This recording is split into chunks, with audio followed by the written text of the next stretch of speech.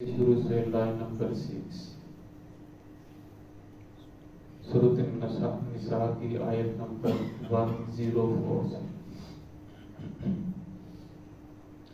اعوذ باللہ من الشیطان الرجیم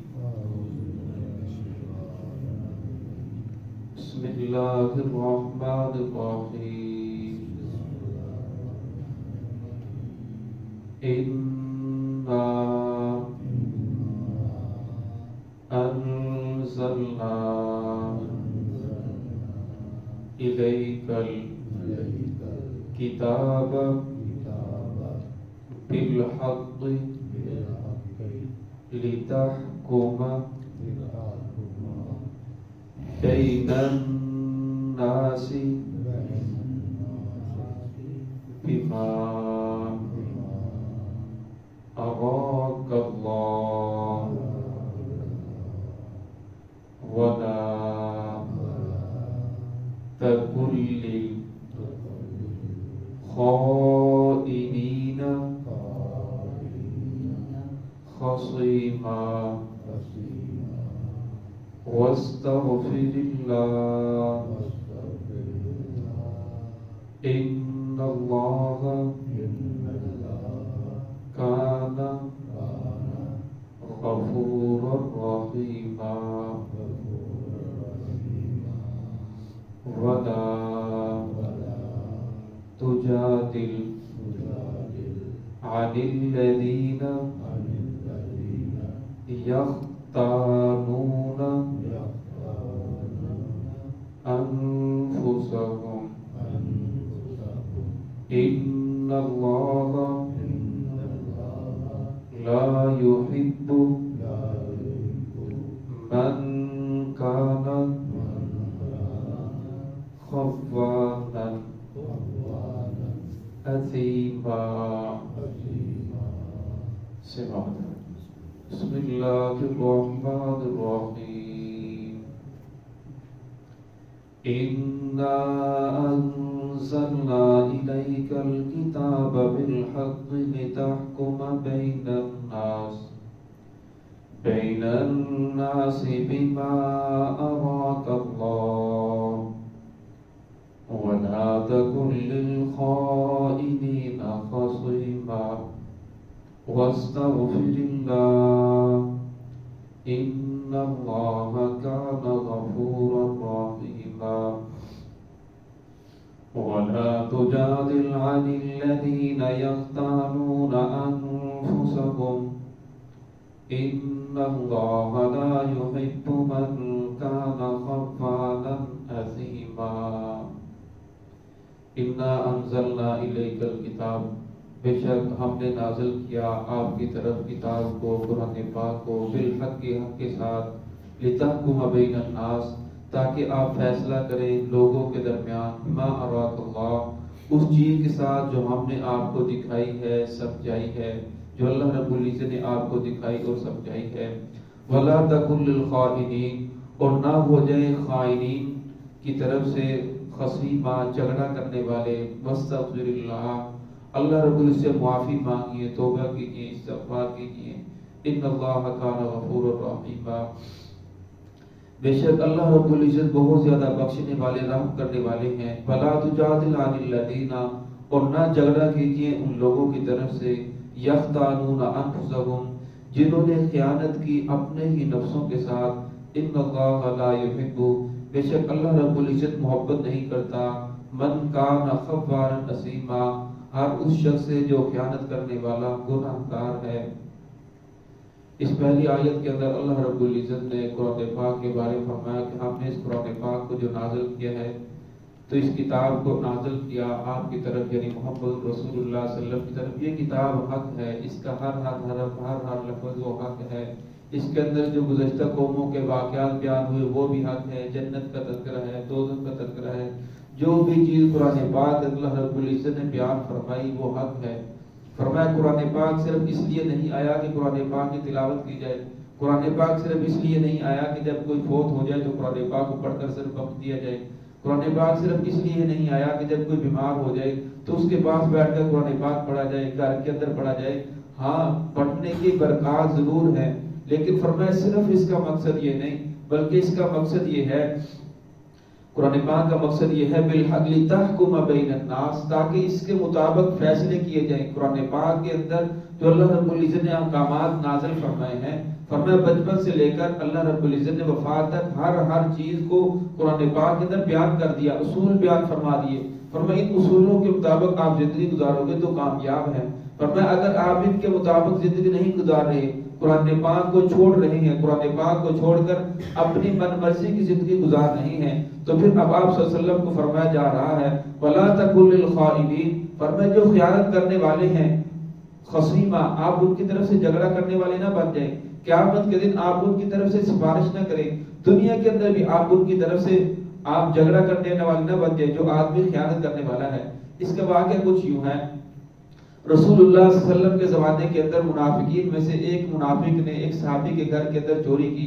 اور اس کی زرہ تھی، کسی نے اس کے پاس امانت رکھی تھی، انہوں نے آٹے کی تھیلی کے اندر سے چھپا کر رکھا ہوا تھا۔ اب اس نے دیوار کو پھاڑا، دیوار کو پھاڑنے کے بعد وہ تھیلی اٹھا کر جانے لگا۔ اب وہ جا رہا تھا تو تھیلی کے اندر سوراخ تھا، اور وہ گھر پہنچا تو وہ سوراخ کی وجہ سے وہ سارا نشان اس کے گھر تک پہنچ گیا۔ اب وہ بڑا پریشان ہوا، یہ تو پتہ چل جائے گا کہ چور میں ہوں۔ اب اس نے تھیلی پھر وہاں سے اٹھائی اور اٹھا کر کسی اور یہودی کے گھر جا کر امانت رکھ دی۔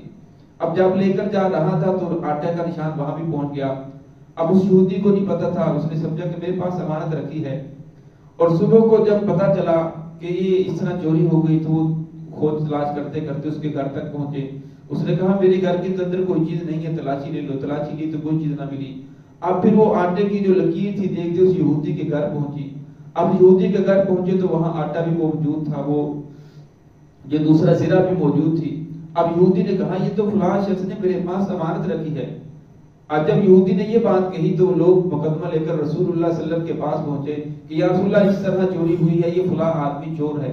اب منافقین نے سوچا اگر اس آدمی کے اوپر تہمت لگی تو ہماری برادری ہے، خاندان ہے، تو برادری کی ناک کٹ جائے گی، تو لہذا ان کے جو سمجھدار لوگ تھے بڑے بڑے وہ رسول اللہ صلی اللہ علیہ وسلم کے پاس آئے اور آ کر قسمیں اٹھانا شروع کی کہ یہودی اس کے اوپر الزام لگا رہا ہے، ہمارا شخص ایسا نہیں، یہ تو بہت زیادہ نیک ہے، اس نے کبھی چوری نہیں کی۔ تو ان لوگوں نے ایسے باتیں کی کہ رسول اللہ صلی اللہ علیہ وسلم سمجھا کہ شاید یہ چور نہیں ہے اور یہودی ہی چور ہے اور یہ شخص اس کے اوپر ایسے الزام لگا رہا ہے۔ تو آپ صلی اللہ علیہ وسلم نے حضرت قتادہ رضی اللہ کو فرمایا کہ تیرے پاس کوئی گواہ نہیں ہے، ایسے ایک شخص کے اوپر الزام لگا رہا ہے، وہ نیک آدمی ہے، اتنے لوگ اس کی گواہی دینے کے لیے آئے ہیں۔ تو لہذا آپ صلی اللہ علیہ وسلم نے اسے ڈانٹا، حضرت قتادہ کو وہ واپس چلے گئے۔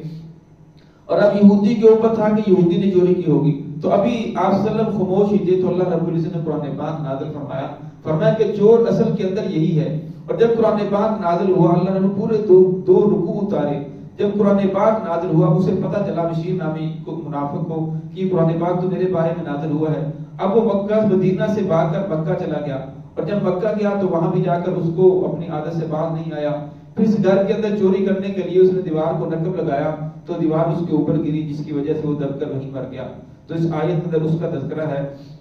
اِنَّا أَنزَلْنَا إِلَيْكَ الْكِتَابَ بِالْحَقِّ، بے شک ہم نے نازل کیا آپ کی طرف کتاب کو حق کے ساتھ، لِتَحْكُمَ بَيْنَ النَّاسِ، کیوں قرآن پاک کا مقصد کیا ہے؟ تاکہ لوگوں کے درمیان فیصلہ کیا جائے، بِمَا أَرَاكَ اللَّهُ، اس چیز کے ساتھ جو ہم نے آپ کو سمجھائی ہے، ہم نے آپ کو دکھائی ہے۔ اللہ رب العزت نے قرآن پاک کے تفسیر محمد رسول اللہ صلی اللہ علیہ وسلم کو سمجھائی۔ آپ صلی اللہ علیہ وسلم نے جس لفظ کا جو معنی بیان کر دیا وہی حق ہے۔ اگر انسان اس معنی کو چھوڑ کر اپنی طرف سے کوئی اور تشریح کرے، کوئی اور معنی بیان کرے، فرمایا وہ حق سے بھٹک رہا ہے۔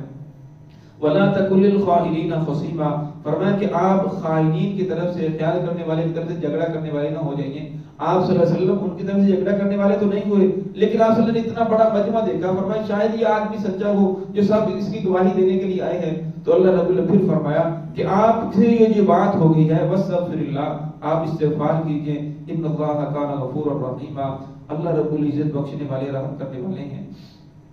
وَلَا تُجَادِلْ عَنِ الَّذِينَ يَخْتَانُونَ، فرمایا نہ جھگڑا کیجئے ان لوگوں کی طرف سے جو خیانت کرتے ہیں اپنے نفسوں کے ساتھ۔ اب انسان اپنے نفس کے ساتھ کیسے خیانت کرتا ہے؟ خیانت تو انسان دوسرے کے ساتھ کرے گا، دوسرے کو دھوکہ دے گا، دوسرے کی چیز اٹھائے گا، اپنے ساتھ تو خیانت نہیں ہے۔ فرمایا اگرچہ وہ خیانت دوسرے کے ساتھ کر رہا ہے، دھوکہ دوسرے کو دے رہا ہے، حقیقت کے اندر وہ انسان اپنے آپ کو دھوکہ دے رہا ہے. دوسرے کو جو دھوکہ دے رہا ہے اسے تو تھوڑی دیر تکلیف ہوگی، کام ختم ہو جائے گا، لیکن فرمایا اس نے اپنی آخرت کو برباد کر لیا، اس نے اپنی ہمیشہ ہمیشہ کی زندگی کو برباد کر لیا، ہمیشہ ہمیشہ کی پکڑ کے اندر آ چکا ہے. اصل کے اندر انسان خیانت دوسرے کے ساتھ نہیں کرتا، خیانت اپنے ساتھ ہی کرتا ہے. ایک وقت آتا ہے اگر پھنس جائے تو پھر وہ شرمندہ بھی ہوتا ہے، وہ چیز بھی واپس دینا پڑتی ہے اور بدنامی بھی ہوتی ہے. اگر فرمایا دنیا کے اندر نہ بھی پتہ چلے تو انسان نے مرنا تو ہے، اللہ رب العزت کے ہاں تو پیشی ہونی ہے. پھر اللہ رب العزت کے دربار میں کوئی بچ نہیں سکتا. تو یہاں آپ صلی اللہ علیہ وسلم کو فرمایا جا رہا ہے کہ آپ جھگڑا نہ کیجئے خائنین کی طرف سے، خیانت کرنے والوں کی طرف سے،